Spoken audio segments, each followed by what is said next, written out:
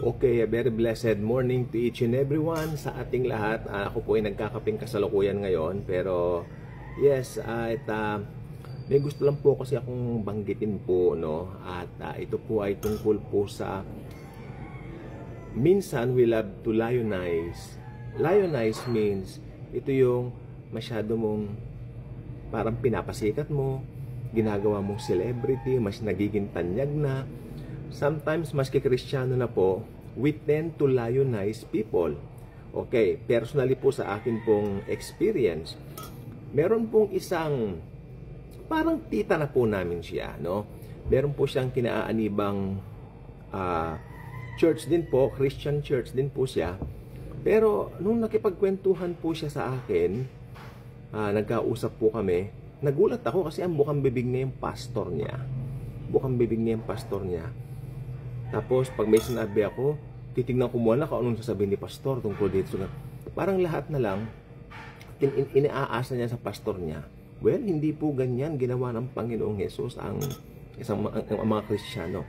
Christian, I believe, bawat isa sa atin, iba-iba ang atin pong tinatawag na capability of receiving revelations from God. And that is something na hindi mo kailangan pabayaan na manakaw o mawala sa iyo. Kasi sabi ng Galatians 5:1, pinalaya na kayo at wag nang paalipin pang muli. Mainit masyado pa yung kape ko eh. Wag nang papaaliping muli. So, tingnan mo si Pablo. Isa po siyang Pariseo. Ang tagal po niya sa Pharisee movement na ito. Pero nung makilala niya si Christ, talagang kalayaan ang binibigay niya, ang minemensahe niya. Ayaw niyang may maalipin. Ayaw niyang may malinlang ng mga tinatawag na manipulation, no? Ganon din po minsan meron mga para mga public figures, no? Na sinasabi nila, o ito ganito yan, o ito ganyan yan, o di ba? Tapos maya-maya laging yun ang laman ng mga feeds mo compared kay Jesus, hindi mo man lang nilalagay mga buti kung word of God ang laman eh. Hindi, puro tungkol doon sa taong yun, kung sikat, popular speaker na sikat, na magaling magsalita, di ba? Pero kung tutuusin, hindi naman pala si Kristo ang pinapangaral. Bagkos anong tawag dito? Ito po ay nakikipag-connect sa politics rather than Jesus Christ, no? Alam, pag nasa grace ka na, madali mo itong ma-discern because Jesus gave us the gift of discernment. Okay? Alisin natin yung paglalionize ng mga tao, no? Na parang bilib na bilib kang masyado. Kung totoong si Kristo ang ipinapangaral nila, gayahin mo siya, ipangaral mo rin si Christ. Huwag mong ipangaral yung tao na nangangaral. Si Kristo ang ipangaral mo. The true Christianity means Jesus Christ. And the central figure of it is Jesus Christ alone. Hindi pwede yung mga nagsasabi. Kasi may mga ibang lumalabas, nagiging popular. Okay? At yan po sa daigdig ng social media ngayon, kahit sino ngayon pwedeng maging popular ng instant, no? At lalo na pag mayroong mga advocacy, mayroong mga ipinaglalaban, pakinggan mo yung message, lalo kung nagsasabing Kristiyano. Nagsasabi silang Kristiyano pero hindi mo maririnig yung finished work ni Christ sa kanilang pangangaral. Bagkos, sinasabi nila, I have faith in God, I, puro yung sarili. Minsan iwasan po natin to sapagkat ito po, makinig po kayong mabuti. Ito po ay danger para sa ibang tao dahil sa halip na mapunta kay Kristo ang credit, sa halip na mapunta kay Christ ang atensyon na pupunta rin sa taong yaon. Okay? And bagamat alam niyo po ang sinasabi ko, recently sa mga feeds, alam niyo po ang sinasabi ko na puro yung taong yun ang laman, no?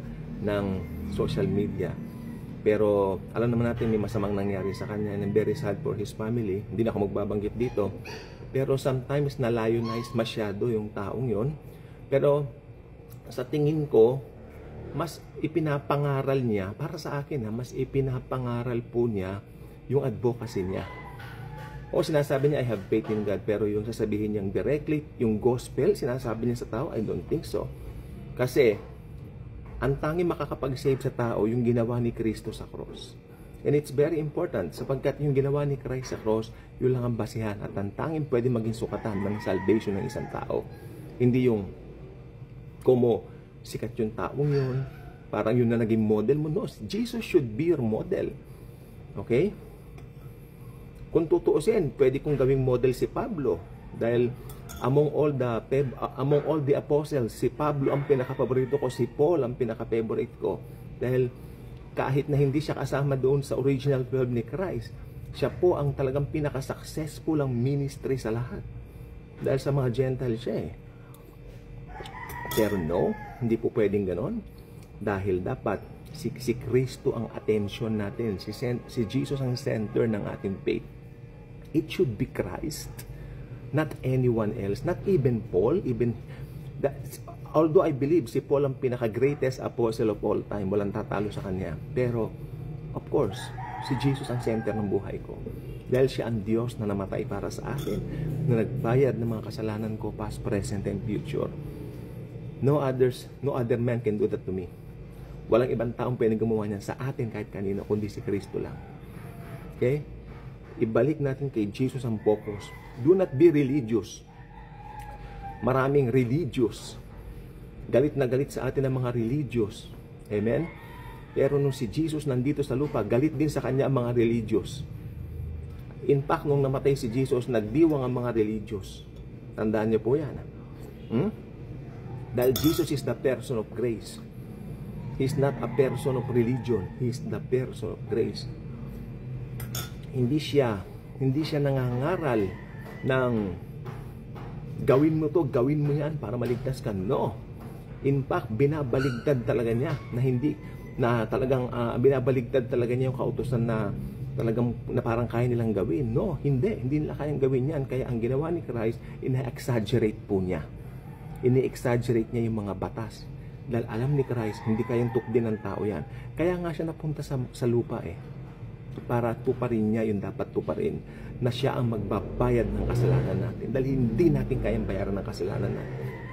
Then nung namatay siya sa cross, na-fulfill niya ito. Past, present, future, binayaran niyang lahat. Walang natirang kasalanan, binayaran niyang lahat. Kailangan lang lumapit ng tao sa kanya. Amen? Kay Jesus, hindi sa kung kani-kaninang personality na sumisikat sa social media. Do not lionize a person. Okay? Ako doon sa dating pastor ko, believe ako. Hindi naman po sa pagmamalaki ito, magla-lionize po ako ng konti.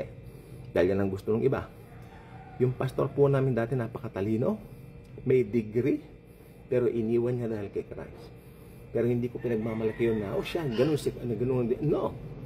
Si Kristo pa rin ang center namin. Amen? Yun po.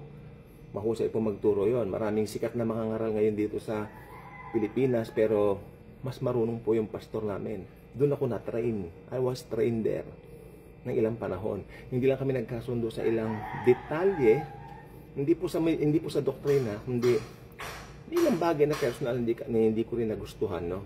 Pero sa kanyang pangangaral at ministry, 100% marunong po talaga siya, no? Yung mga ibang pastor na na-meet siya galing ng Amerika, nagulat sa kanya. Gusto nga iwan na siya sa Amerika Pero syempre, gusto ng asawa niya dito siya umuwi sa Pilipinas. Okay? It's very good. Especially sa grace preaching. Pero nilalionize ko ba siya? No. I lionize. Si Jesus di mo na kailangan i-lionize. I-magnify mo yung ginawa niya sa cross. That's the most important thing. His finished work alone saves. Amen? Go back to Jesus. Baka hindi niyo pa kilala si Jesus. Go back to Jesus. He alone has the power to save you because He is God. Ang person niya, hypostatic union, 100% God, 100% man. Okay? So, yun lang po gusto ko sabihin sa umagan to. Masyadong na-lionize. Maski yung ibang YouTuber, may ganito rin silang video, napansin po nila.